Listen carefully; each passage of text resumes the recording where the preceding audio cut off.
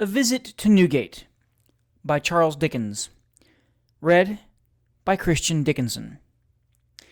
The force of habit is a trite phrase in everybody's mouth, and it is not a little remarkable that those who use it most as applied to others unconsciously afford in their own persons singular examples of the power which habit and custom exercise over the minds of men, and of the little reflection they are apt to bestow on subjects with which every day's experience has rendered them familiar. If Bedlam could be suddenly removed like another Aladdin's palace, and set down on the space now occupied by Newgate, scarcely one man out of 100, whose road to business every morning lies through Newgate Street or the Old Bailey, would pass the building without bestowing a hasty glance on its small, grated windows, and a transient thought upon the condition of the unhappy beings immured in its dismal cells.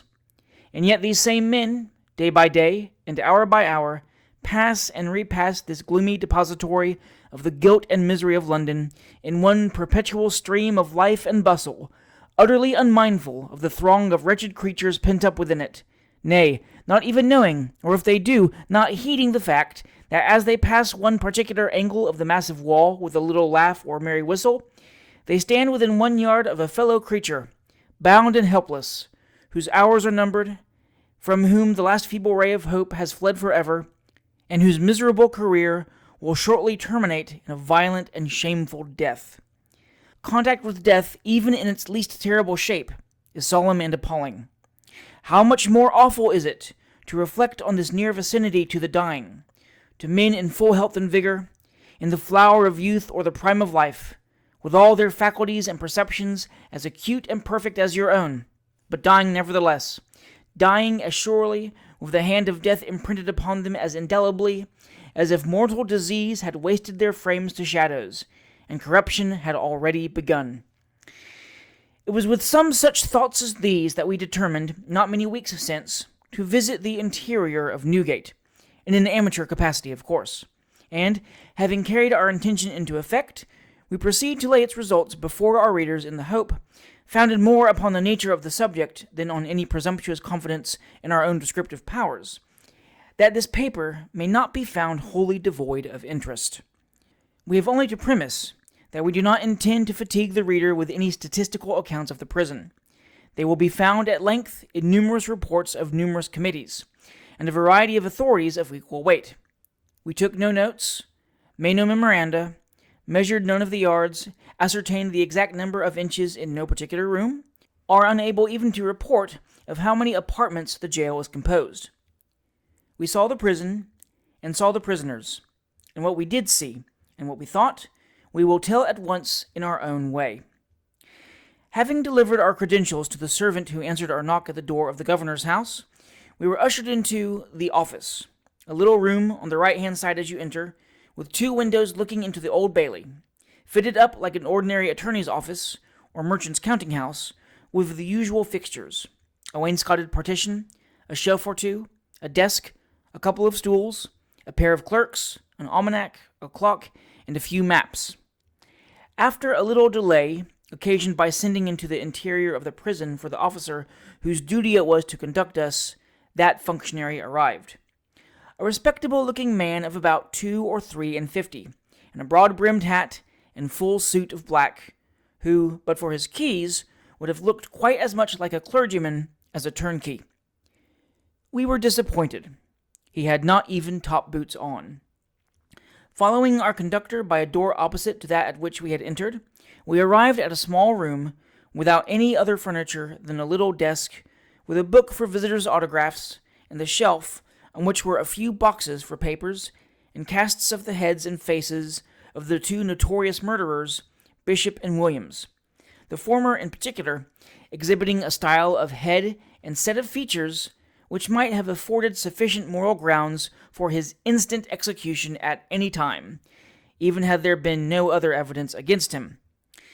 Leaving this room also by an opposite door, we found ourselves in the lodge which opens on the Old Bailey, one side of which is plentifully garnished with a choice collection of heavy sets of irons, including those worn by the redoubtable Jack Sheppard, genuine, and those said to have been graced by the sturdy limbs of the no less celebrated Dick Turpin, doubtful.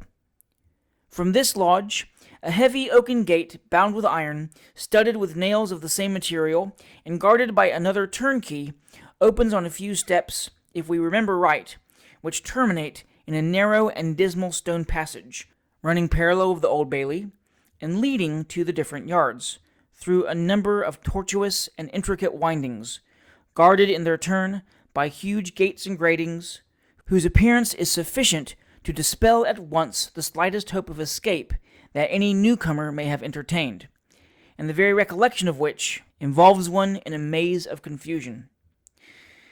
It is necessary to explain here that the buildings in the prison, or in other words, the different wards, form a square, of which the four sides abut respectively on the Old Bailey, the Old College of Physicians, now forming a part of Newgate Market, the Sessions House, and Newgate Street. The intermediate space is divided into several paved yards, in which the prisoners take such air and exercise as can be had in such a place.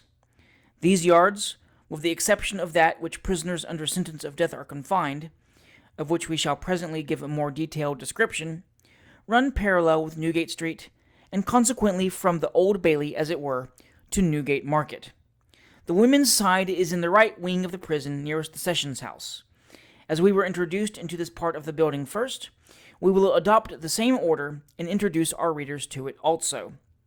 Turning to the right, then, down the passage to which we just now adverted, omitting any mention of intervening gates, for if we noticed every gate that was unlocked for us to pass through, and locked again as soon as we had passed, we should require a gate at every comma.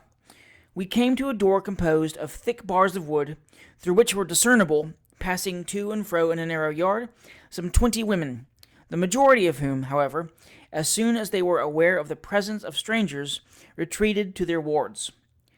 One side of this yard is railed off at a considerable distance, and formed into a kind of iron cage about 5 feet 10 inches in height, roofed at the top, and defended in front by iron bars, from which the friends of the female prisoners communicate with them. In one corner of this singular-looking den was a yellow, haggard, decrepit old woman, in a tattered gown that had once been black, and the remains of an old straw bonnet, with faded ribbon of the same hue, in earnest conversation with a young girl, a prisoner, of course, of about 22. It is impossible to imagine a more poverty-stricken object, or a creature so borne down in soul and body by excessive misery and destitution as the old woman. The girl was a good-looking, robust female, with a profusion of hair swimming about in the wind, for she had no bonnet on, and a man's silk pocket-handkerchief loosely thrown over a most ample pair of shoulders. The old woman was talking in that low, stifled tone of voice which tells so forcibly of mental anguish, and every now and then burst into an irrepressible, sharp, abrupt cry of grief, the most distressing sound that ears can hear. The girl was perfectly unmoved. Hardened beyond all hope of redemption, she listened doggedly to her mother's entreaties, whatever they were, and, beyond inquiring after Jim, and eagerly catching at a few halfpence her miserable parent had brought her, took no more apparent interest in the conversation than the most unconcerned spectators. Heaven knows there were enough of them, in the persons of the other prisoners in the yard, who were no more concerned by what was passing before their eyes and within their hearing than if they were blind and deaf. Why should they be? Inside the prison and out, such scenes were too familiar to them to excite even a passing thought, unless of ridicule or contempt for feelings which they had long since forgotten. A little farther on, a squalid-looking woman in a slovenly, thick-bordered cap, with her arms muffled in a large red shawl, the fringed ends of which straggled nearly to the bottom of a dirty white apron, was communicating some instructions to her visitor, her daughter evidently. The girl was thinly clad, and shaking with the cold. Some ordinary word of recognition passed between her and her mother when she appeared at the grating, but neither hope, condolence, regret, nor affection was expressed on either side. The mother whispered her instructions, and the girl received them with her pinched-up, half-starved features twisted into an expression of careful cunning. It was some scheme for the woman's defense that she was disclosing, perhaps, and a sullen smile came over the girl's face for an instant, as if she were pleased. Not so much at the probability of her mother's liberation, as at the chance of her getting off in spite of her prosecutors.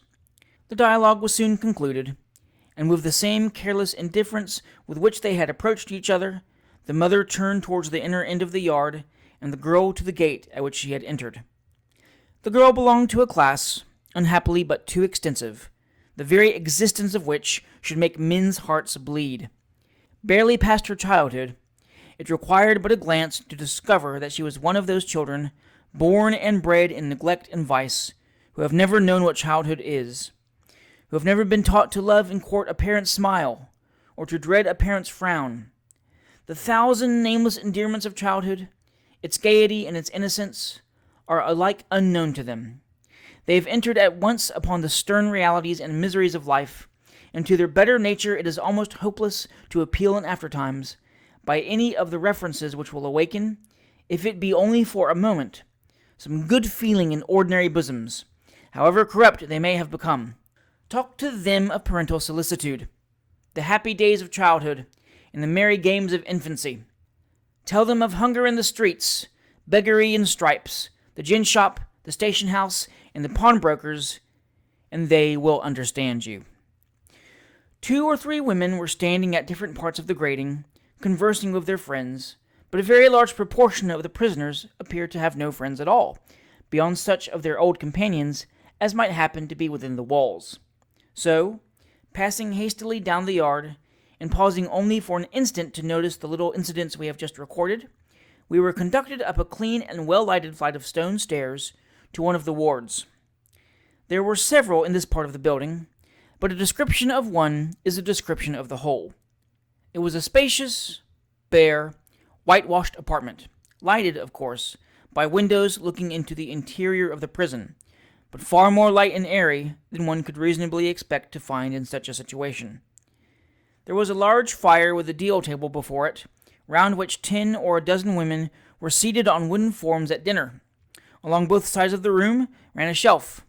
Below it, at regular intervals, a row of large hooks were fixed in the wall, on each of which was hung the sleeping mat of a prisoner, her rug and blanket being folded up and placed on the shelf above. At night, these mats are placed on the floor, each beneath the hook on which it hangs during the day, and the ward is thus made to answer the purposes both of a day room and sleeping apartment. Over the fireplace was a large sheet of pasteboard, on which were displayed a variety of texts from Scripture, which were also scattered about the room in scraps about the size and shape of the copy slips which are used in schools.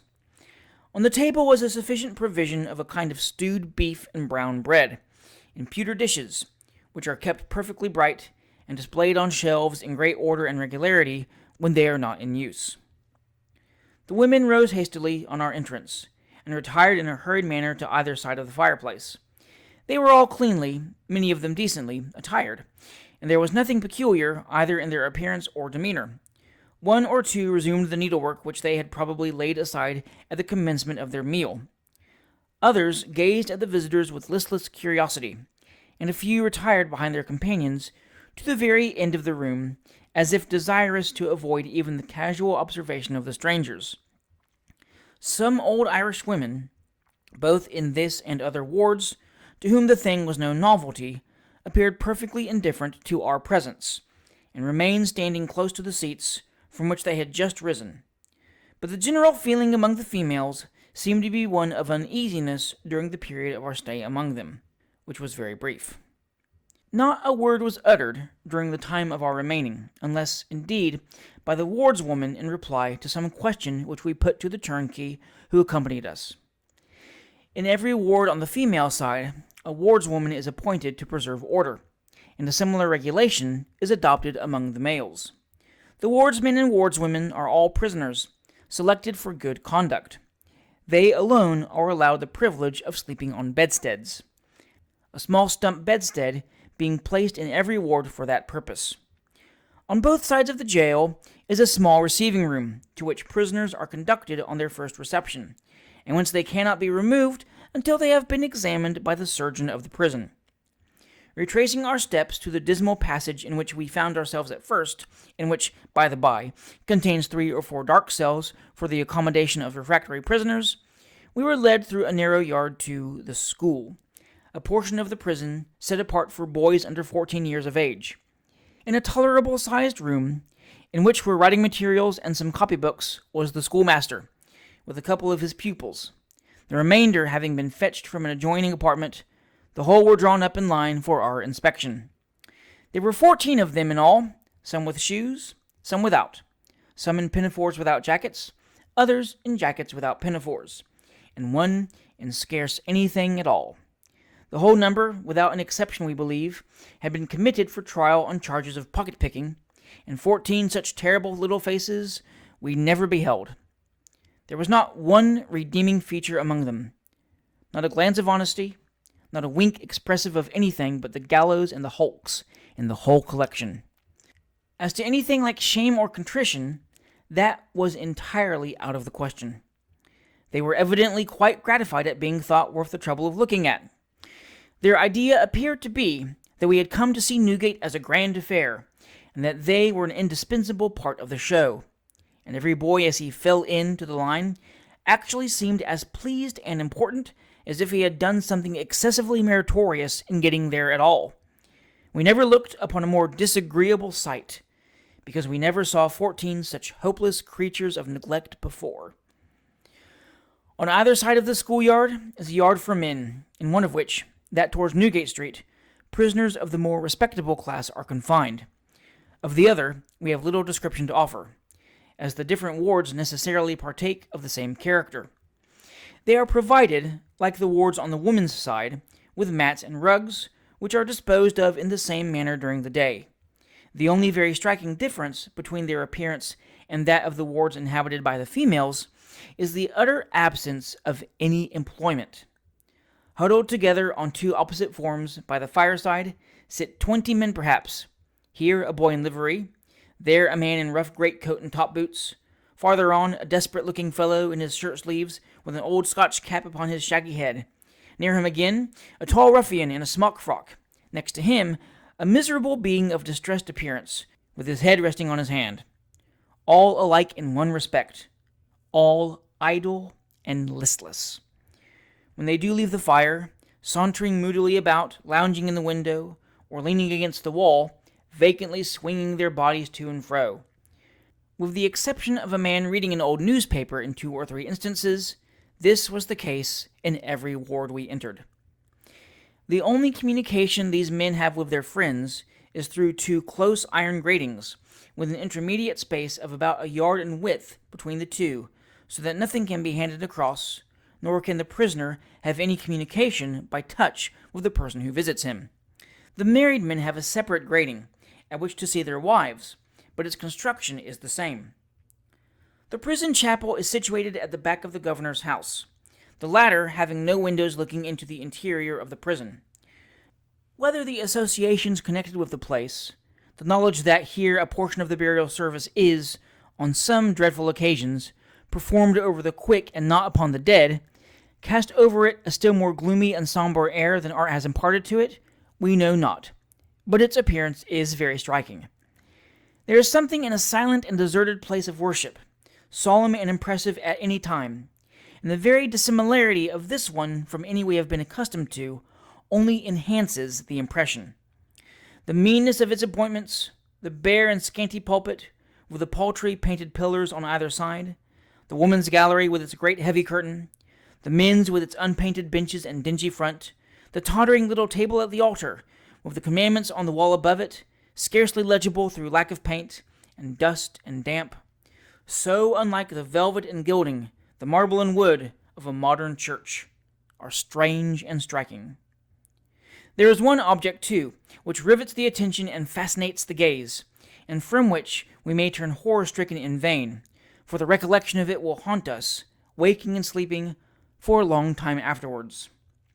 Immediately below the reading desk, on the floor of the chapel, and forming the most conspicuous object in its little area, is the condemned pew, a huge black pen in which the wretched people who are singled out for death are placed on the Sunday preceding their execution, in sight of all their fellow prisoners, from many of whom they may have been separated but a week before, to hear prayers for their own souls, to join in the responses of their own burial service, and to listen to an address, warning their recent companions to take example by their fate, and urging themselves, while there was yet time, nearly 24 hours, to turn and flee from the wrath to come.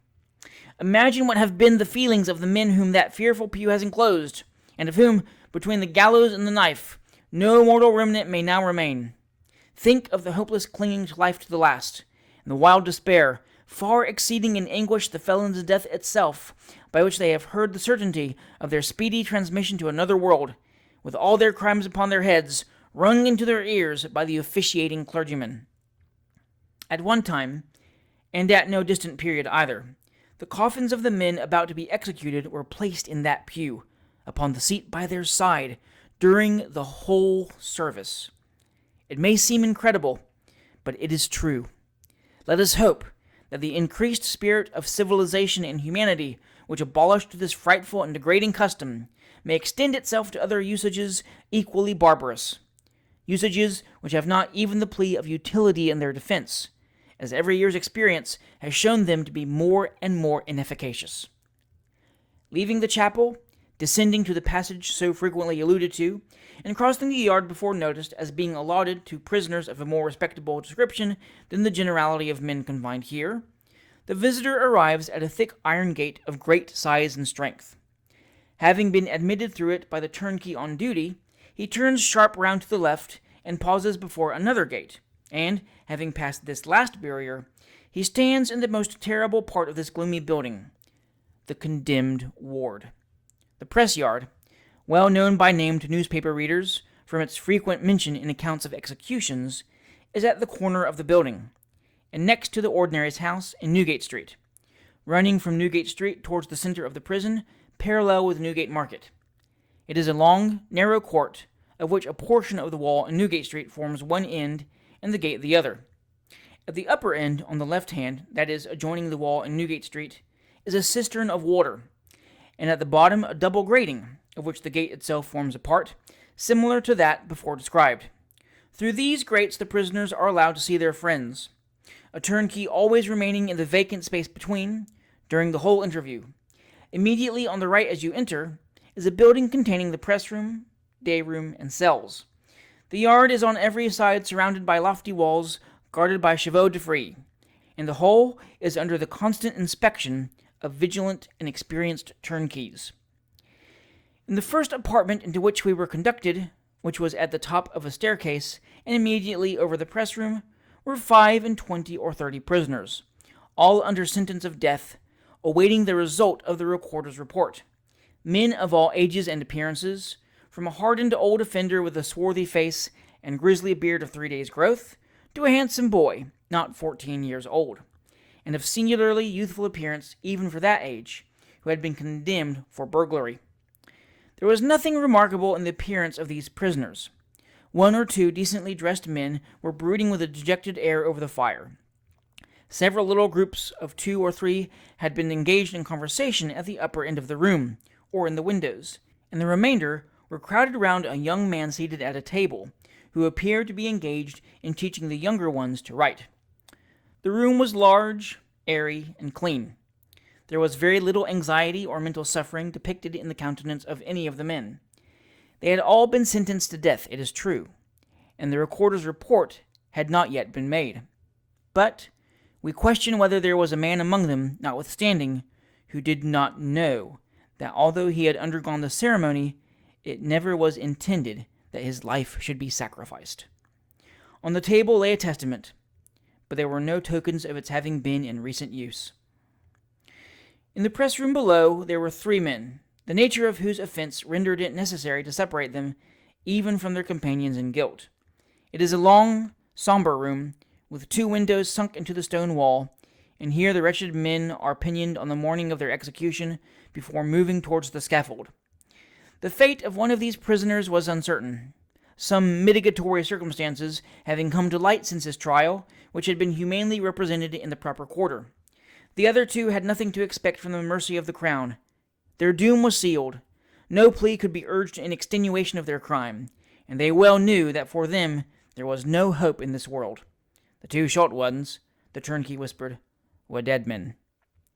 The man to whom we have alluded as entertaining some hopes of escape was lounging, at the greatest distance he could place between himself and his companions, in the window nearest the door. He was probably aware of our approach, and had assumed an air of courageous indifference. His face was purposefully averted towards the window, and he stirred not an inch while we were present. The other 2 men were at the upper end of the room. One of them, who was imperfectly seen in the dim light, had his back towards us, and was stooping over the fire, with his right arm on the mantelpiece, and his head sunk upon it. The other was leaning on the sill of the farthest window. The light fell full upon him, and communicated to his pale, haggard face and disordered hair an appearance which, at that distance, was ghastly. His cheek rested upon his hand, and, with his face a little raised and his eyes wildly staring before him, he seemed to be unconsciously intent on counting the chinks in the opposite wall. We passed this room again afterwards. The first man was pacing up and down the court with a firm military step. He had been a soldier in the Foot Guards, and a cloth cap jauntily thrown on one side of his head. He bowed respectfully to our conductor, and the salute was returned. The other 2 still remained in the positions we have described, and were as motionless as statues. A few paces up the yard, and forming a continuation of the building, in which are the 2 rooms we have just quitted, lie the condemned cells. The entrance is by a narrow and obscure staircase leading to a dark passage, in which a charcoal stove casts a lurid tint over the objects in its immediate vicinity, and diffuses something like warmth around. From the left-hand side of this passage, the massive door of every cell on the story opens, and from it alone can they be approached. There are 3 of these passages, and 3 of these ranges of cells, one above the other. But in size, furniture, and appearance, they are all precisely alike.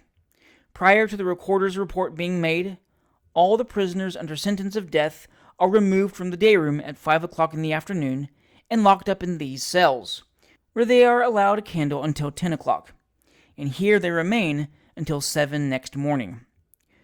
When the warrant for a prisoner's execution arrives, he is removed to the cells and confined in one of them until he leaves it for the scaffold.